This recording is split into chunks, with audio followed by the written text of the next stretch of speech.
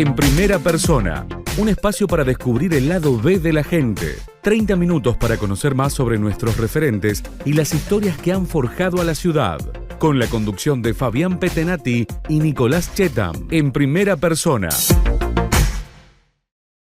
Con nosotros Alejandro Fara, periodista, director de Otro Punto, y el próximo día lunes va a estar presentando su primer libro, Vidas Crónicas. Ale, un gusto de saludarte. Muy buenas tardes. ¿Qué tal? Buenas tardes para ustedes. Sí, el gusto es mío.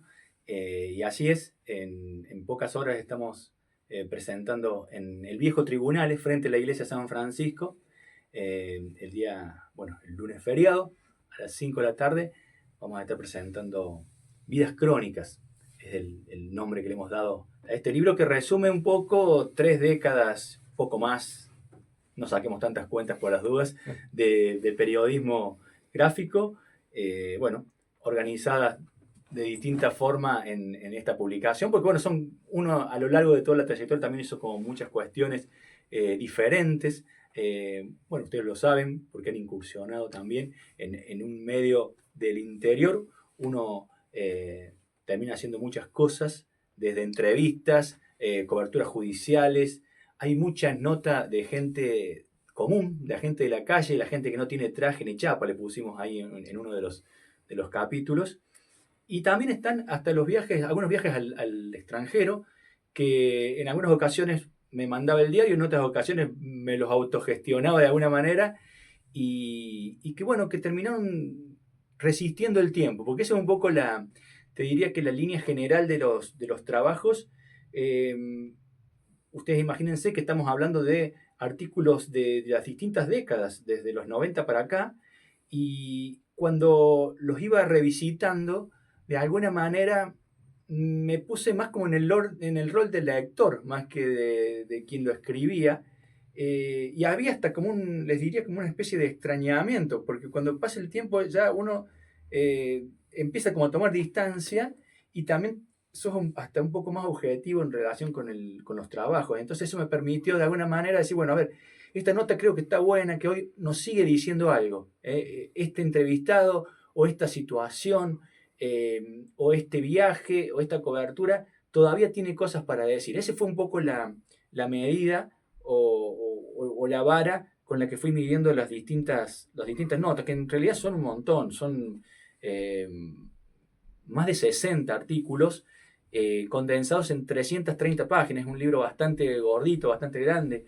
Es imposible condensar tantos años de trabajo, pero es como un intento de alguna manera de dejar una huella. Sería muy pretencioso decir de la historia reciente, o que uno hace historia. En realidad, el diario se dice que es la primera versión de la historia. Bueno, no están todos los artículos, no están todos los eventos que sucedieron, porque sería inabarcable. Están algunos mojones, ¿cierto? Algunas historias que consideré que incluso que son atractivas para leer, y que vamos a ver cómo lo recibe la gente. Un poco ese es como la expectativa de lo que va a pasar el lunes, ¿cierto? De reencontrarme incluso con muchos compañeros de redacción, con muchos compañeros de la vida. Imagínense que uno ya tiene su trayectoria, y cuando te pones a pensar, hay muchísimas personas de la ciudad que uno ha entrevistado por distintos motivos, ¿cierto? Ojalá que muchos de ellos puedan estar presentes, porque a eso está destinado este trabajo. Es un poco la idea. 30 años es mucho tiempo en la vida de una persona, y profesionalmente también, lógicamente, porque encima en nuestro rubro, como en muchos otros, ha ido mutando mucho, digamos, la forma de hacer periodismo, las herramientas.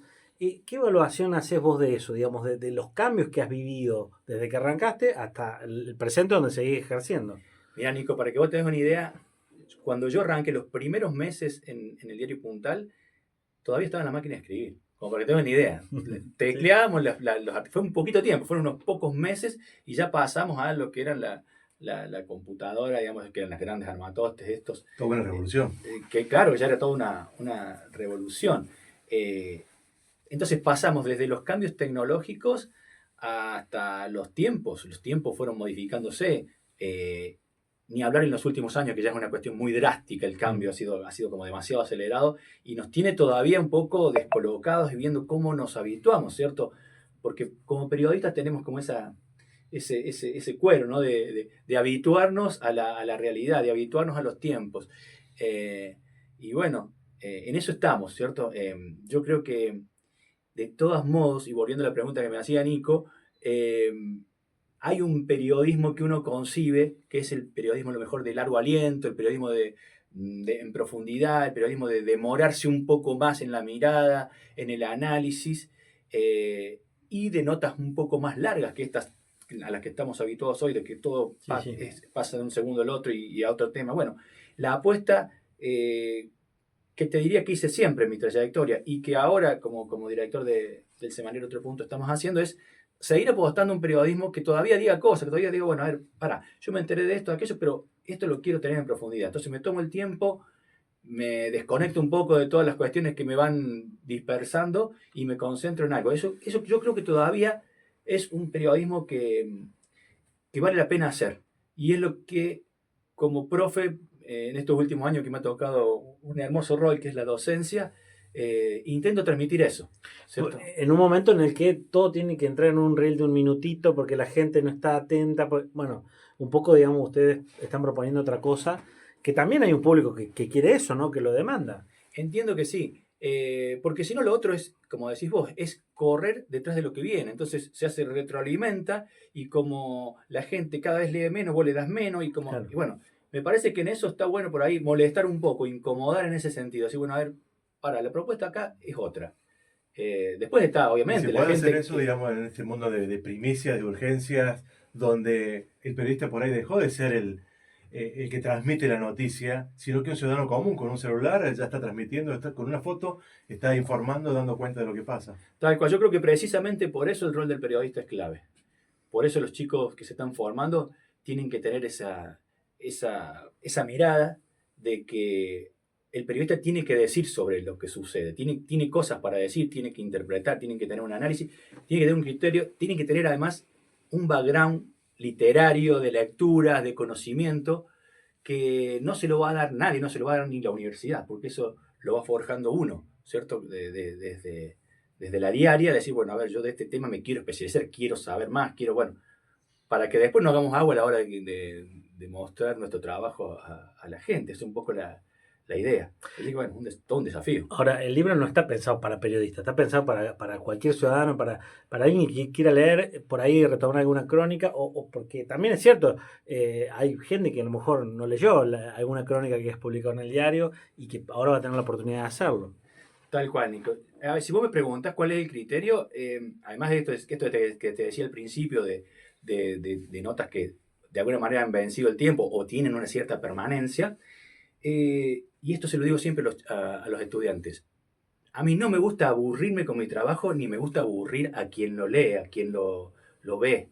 Entonces yo creo que es un libro justamente para un público amplio, no para los periodistas ni para los estudiantes en particular, específicamente. Digo, me parece que es para el público en general porque son notas que uno las hizo con ese criterio, para decir, bueno, a ver, yo quiero que esto se lea, que esto se conozca y que además sea hasta llevadero, digamos, porque por si vos haces una nota en la que no le pones un encanto, una puerta de entrada, digamos, como corresponde, bueno, todo el trabajo que vos hagas después se pierde. Entonces, ese es un poco el punto, ¿cierto? Yo les digo a los estudiantes, la tragedia de periodista es que tu trabajo no se lea. Entonces, todo lo que vos hiciste durante una semana, si vos no le buscaste la manera de eso, darle un marco, una entrada, una forma, una organización, que sea realmente una historia donde vos tengas un comienzo, un desenlace y una conclusión, es una tragedia. ¿Por qué? Porque todo el laburo que hiciste después no te lo lee nadie. Entonces esa es un poco la mirada también puesta en Vidas Crónicas, es eso.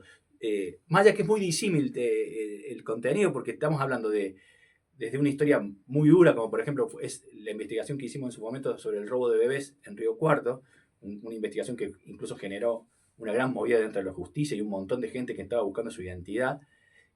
Bueno, te diría que ese fue como un poco el laburo con el que yo enmarco dentro de mi trayectoria. Pero así como está eso, tenés hasta una entrevista a el profesor Girafales, por ejemplo, que muchos ni se acordarán que estuvo en Río Cuarto. Y estuvo en Río Cuarto y nos concedió una entrevista que además te digo, fue absolutamente tensa porque el tipo tenía tantas malas pulgas en la serie como en la vida persona. real. Así que fue una nota dificilísima, pero bueno, hoy lo tomo con mucha simpatía y bueno, también forma parte de este... Bueno, de este trabajo. y ahí también donde se ve el desafío del periodista, que a veces vas a hacer una nota y la verdad que no te encontrás con un tipo o una mujer fácil. Tal cual, tal cual. Yo creo que ahí se ven las uñas del periodista exactamente, porque lo otro es fácil, cuando vos tenés un entrevistado que es agradable, que está totalmente predispuesto, y cualquiera hace una nota. Ahora, cuando tenemos un tipo jodido, ni hablar cuando son cuestiones mucho más trascendentes y Claro. cuando hay gente que quiere ocultar cierta información, bueno, se hace mucho más duro. Así que bueno, también está eso, es como un paseo por distintas también estados de ánimo. Pasamos desde cuestiones muy duras a cuestiones más simpáticas. Y Ese un poco fue el- recordar la primera nota, digamos, la que querés encuadrar del diario, digamos, de tu actividad como profesional. Mira, yo me acuerdo de la primera nota que hice, que te diría que fue una de las notas más desubicadas de mi trayectoria. Bueno, Y perdón, ¿no? Pues era la primera. Está probado porque era la primera. Y esto fue, bueno, sería como en los primeros años de los 90. Yo estaba en la facultad, estaba haciendo segundo año de la universidad y tuve la suerte de que me abrieron las puertas del diario. Pero claro, la primera nota que me piden era absolutamente contraria al espíritu que se estaba viviendo esa semana, porque era la semana previa a la Navidad y yo tenía que hacer una nota para el fin de semana sobre un tema que era absolutamente contrario, que era el uso de preservativos entre los pibes de la ciudad de Río Cuarto. Que, imagínense la curia, los obispados, cómo tomó esta nota que salía justo el día de Navidad. Estoy hablando, para que la gente se ubique, de los 90 cuando Claro. estaba todo ese tema del SIDA, todo el tema del uso o no del preservativo y la iglesia como muy fuerte oponiéndose. Así que bueno, por eso lo tomo con gracia y digo que fue bueno, una nota que no olvidaré, pero por ese motivo. Bueno, Ale, vamos a ir a una pausa, pero te dejamos una pregunta para que nos respondas cuando regresemos y tiene que ver con cómo te ves en este nuevo rol que estás desempeñando como coordinador, director de un equipo de periodistas, porque durante 30 años formaste parte de la redacción en distintos lugares, pero ahora estás coordinando, dirigiendo. Bueno, es un rol distinto. En un ratito nos responde Ale Fara en primera persona. Regresamos de la pausa, Alejandro Fara con nosotros. El lunes realiza la presentación de su libro, pero había quedado pendiente una pregunta que tiene que ver cómo te ves en este nuevo rol, diríamos. Porque no es como, si bien sos periodista, pero Sí. tenés a su cargo, digamos, un grupo de periodistas. Sí, te digo que me estoy habituando incluso hasta el día de hoy, porque me cuesta mucho sacarme el traje del tipo que vaya a encarar la nota. Porque es el combustible del periodista, es lo que nos apasiona, es lo que nos gusta hacer, y cuando uno tiene posibilidad de estar en la calle, y bueno, uno sale corriendo, como pasó hace poquito con todo este episodio del PAMI, donde un día de una lluvia torrencial, bueno, uno sin paraguas, como sea, y las corridas terminaba encharcándose como si fuera un movilero que está arrancando sus primeras notas. Bueno, a mí eso me motiva y me enorgullece y me gusta hacerlo. Este otro rol requiere, sí, una mirada más amplia y también te digo que es un rol disfrutable, porque el contacto con los colegas, con los compañeros de laburo siempre enriquece, hay un montón de miradas, más allá de que sigo extrañando la vieja redacción, donde nos veíamos la cara. Esto es una redacción virtual, donde yo, bueno, como cualquier medio hoy digital, estamos en contacto todo el tiempo, hiperconectados con las redes y demás, con el WhatsApp, pero rara vez nos vemos la cara. Entonces, por ahí lo que intento es también fortalecer la cuestión humana del encuentro, decir, bueno, a ver, ya pasaron una buena semana, vamos a hacer una juntada, una pizza, una asada, nos juntamos, charlamos, vemos cómo estamos, qué es lo que queremos, hacemos un análisis, me parece que eso está bueno, hacer como una mirada de lo que uno va haciendo, porque también tiene eso el periodismo, esa cuestión de decir, bueno, hicimos la nota, chao, ahora estamos en la próxima. Bueno, nunca es el momento de mirar lo que hicimos, parece, sobre todo ahora. Antes había lo que se llamaba una reunión de postproducción, donde vos venías, bueno, así, che, mira, esta semana nos mandamos esta, la semana pasada tuvimos flojo acá, lo ponemos a ver, esto estuvo bárbaro. Bueno, eso yo lo traigo de los viejos maestros que he tenido en la redacción Y es algo que también me parece que está bueno defenderlo y mantenerlo. Decir, bueno, a ver, ¿qué estamos haciendo, gente? Vamos todos por este lado, darle como una mística, ¿cierto? Bueno, pero al laburo. lo digital permite también conocer cuál es el impacto o cuáles son las notas que más ve la gente, digamos, porque antes, o en una redacción con un diario de papel, vos no sabes si bien hay respuesta, hay impacto, pero no sabes cuál es, hacia dónde va el público. Sí, sí, tal cual. No es que soy tampoco un viejo conservador que va a decir que todo lo anterior, esto no, nos da también herramientas, nos da facilidades, nos da la inmediatez, nos da la posibilidad de que cuando vos te mandaste una macana, decís, bueno, a ver, che, este dato no era correcto, bueno, volvés atrás. Ojo con eso, porque lo digo intencionalmente, porque eso parece que nos está relajando también un poco el tema del chequeo y el tema del rigor. Y me parece que eso también está bueno tenerlo en cuenta. Demorarse un poco más por ahí en publicar una nota, no importa si el otro medio te lo sacó 3 horas antes. Si vos le pudiste dar un plus y lo pudiste chequear y a lo mejor pudiste salvar un error por la inmediatez que cometió el otro.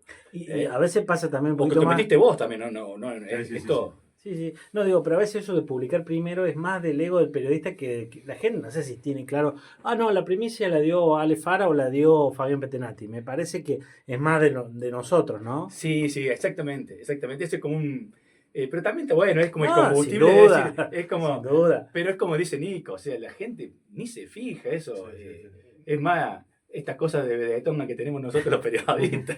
Bueno, te ha tocado estar en redacciones, siempre en la misma redacción, pero digo, me refiero a redacciones porque los grupos de personas que la han conformado han ido cambiando.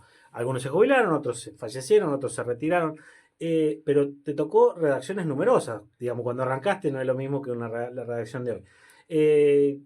¿Quiénes son por ahí las personas que más te marcaron dentro de lo que es el ámbito local, que vos las tenés como referente, o que te ayudaron, o que vos Sí. considerás un ejemplo? Sí, bueno, me preguntás eso y a mí se me viene esa vieja redacción de la Rivadavia 180, amplia, con mucha gente, porque en un momento llegamos a ser 60 personas laburando en el diario, en aquel viejo diario de los 90.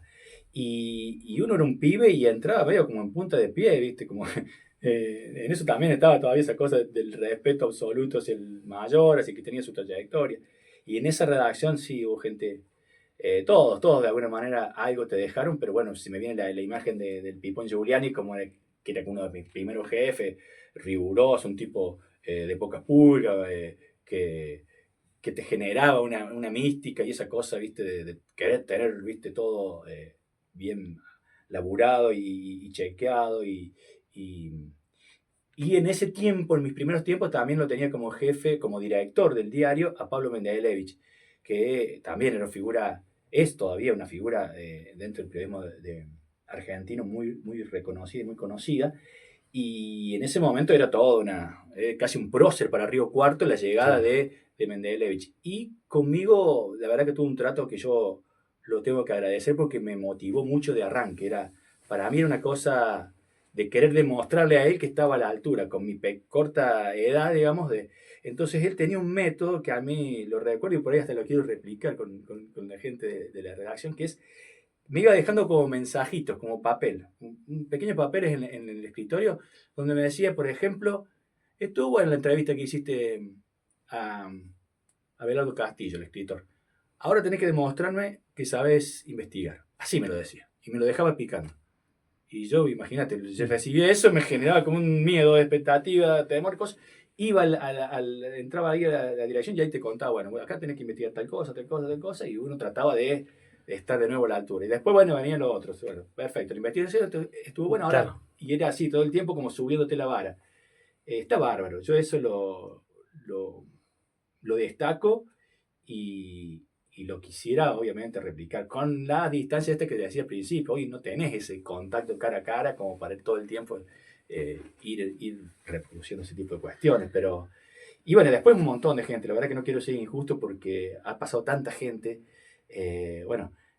Alejandra Esten, que ha sido la fundadora del medio en el que yo hoy estoy dirigiendo, bueno, un montón de gente, Hernán Vaca Narvaja después, que también llegó como un personaje que venía de otro lado y qué iba a hacer este hombre, ya venía con toda una trayectoria de investigar y demás. Bueno, también a nosotros nos iba generando como también una linda expectativa y una mística para estar ahí a la altura, ¿cierto? Bueno, y ni hablar de los fotógrafos, que son una raza aparte, eso ustedes lo saben muy bien. No vamos a enumerar acá los personajes. Sin nombres porque personales. hay que hacer un programa aparte. Pero bueno, la verdad que sí, son todos memorables, diría. Desde Estela, Matías, Martín Baez, Javier Raider, Eugenio Agostini, bueno, un montón. Acá me olvido de alguno y acá es donde meto la pata. Carlos Matero, con quien hicimos las primeras coberturas importantes. Así que no, eso sí que son memorables ya de por sí. Y bueno, después de directores pasaron un montonazo. Un montón. Algunos dejaron más, otros menos. Pero bueno, yo recuerdo siempre el primero, a Pablo Mendeley, porque fue un poco la figura de la autoridad para mí dentro de la redacción en ese momento. Bueno, esta semana, jueves, se cumplen 19 años de la muerte de Nora Dalmazo, un caso que superó las barreras no solamente de Río Cuarto, la provincia, el país y el mundo. Un crimen impune, diríamos. ¿Cuál es tu opinión? Porque vos seguiste también el caso y el juicio que se realizó. Y yo creo que lo dijiste vos.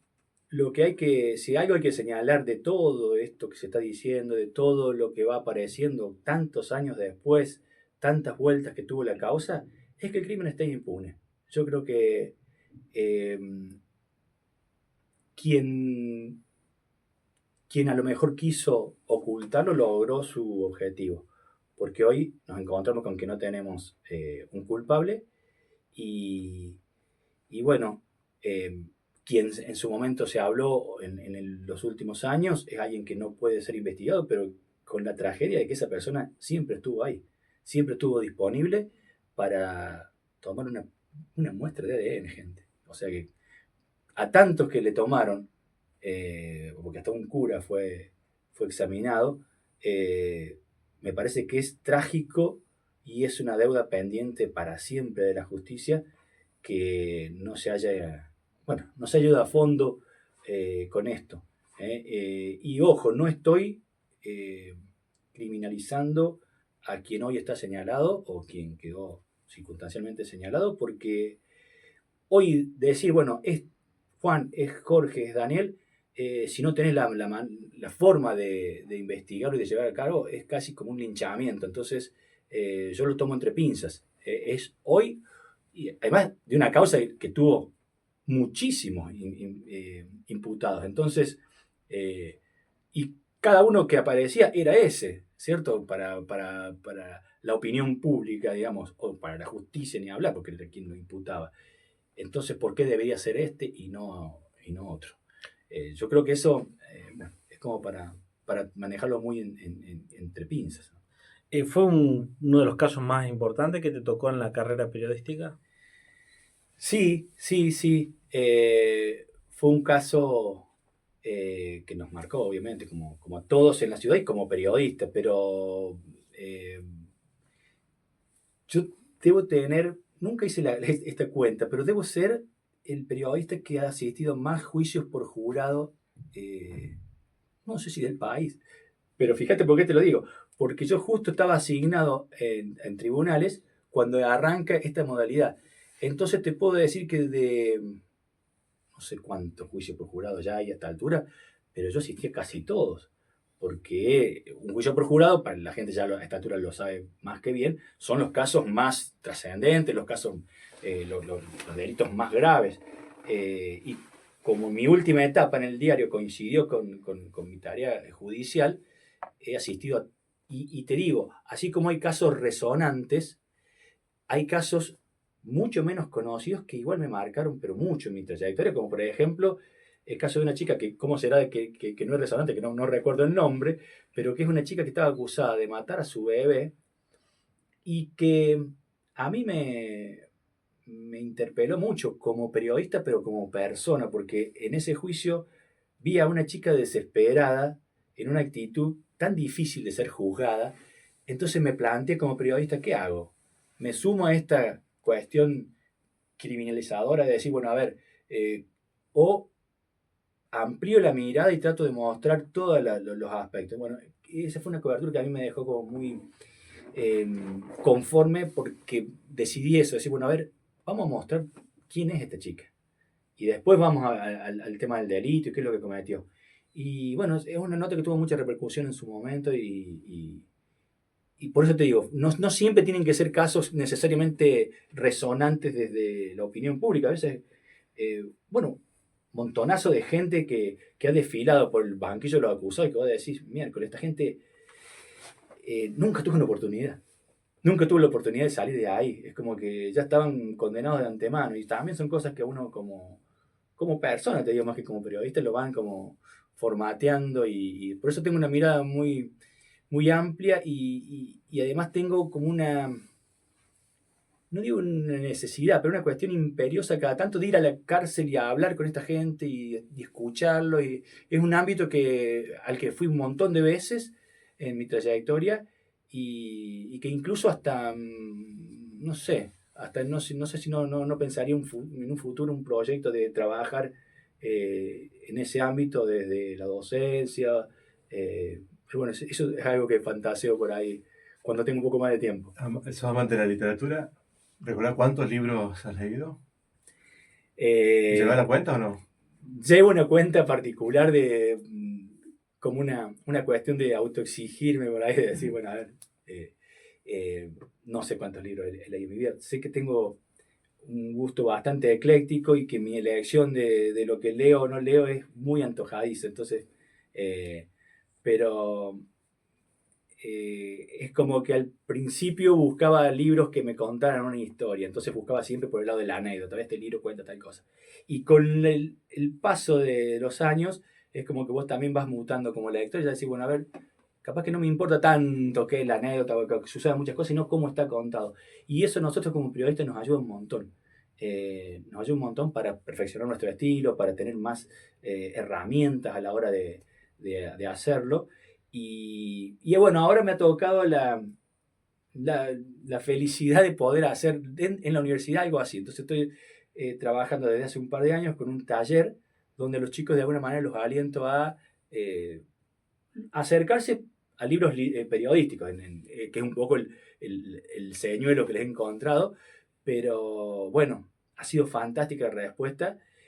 Me ha servido para saber que, bueno, que hay muy poca lectura a veces, que la mayoría de las nuevas generaciones tienen muchas distracciones o mucha competencia para el libro. Entonces, bueno, es lógico que lean menos, tal vez, que las generaciones anteriores. Pero cuando les entra el bichito este de la inquietud por la literatura, es fabuloso ver cómo por ahí se producen procesos que son muy, muy disfrutables como estudiante, pero para mí como docente mucho más. Bien, Ale, la última pregunta, común a todos los entrevistados, es ¿a qué te hubieras dedicado si no te dedicaras a lo que te dedicas? Ah, qué fácil esa pregunta. Para mí es súper fácil. Claro. Ahora pensaría mucho, yo Sí, no sí. lo tengo que pensar más que 2 segundos. Me hubiera encantado ser jugador de fútbol, a mí me encanta el fútbol. De eso no hablamos durante el Pero, programa. Sí, lamentablemente elegí unos colores que hoy me están haciendo sufrir bastante, pero sí, de chico fantaseaba como yo creo que la mayoría de los pibes de este bendito país que en ser futbolista. Y después ya cuando me daba cuenta de que la cosa no funcionaba, bueno, dije, bueno, voy a ser periodista deportivo. Y bueno, después terminé yendo por otro lado. Pero sí, es algo que me hubiera encantado que sucediera en otra vida. Gracias, Ale, muy amable. A ustedes, por favor, por la invitación. Muy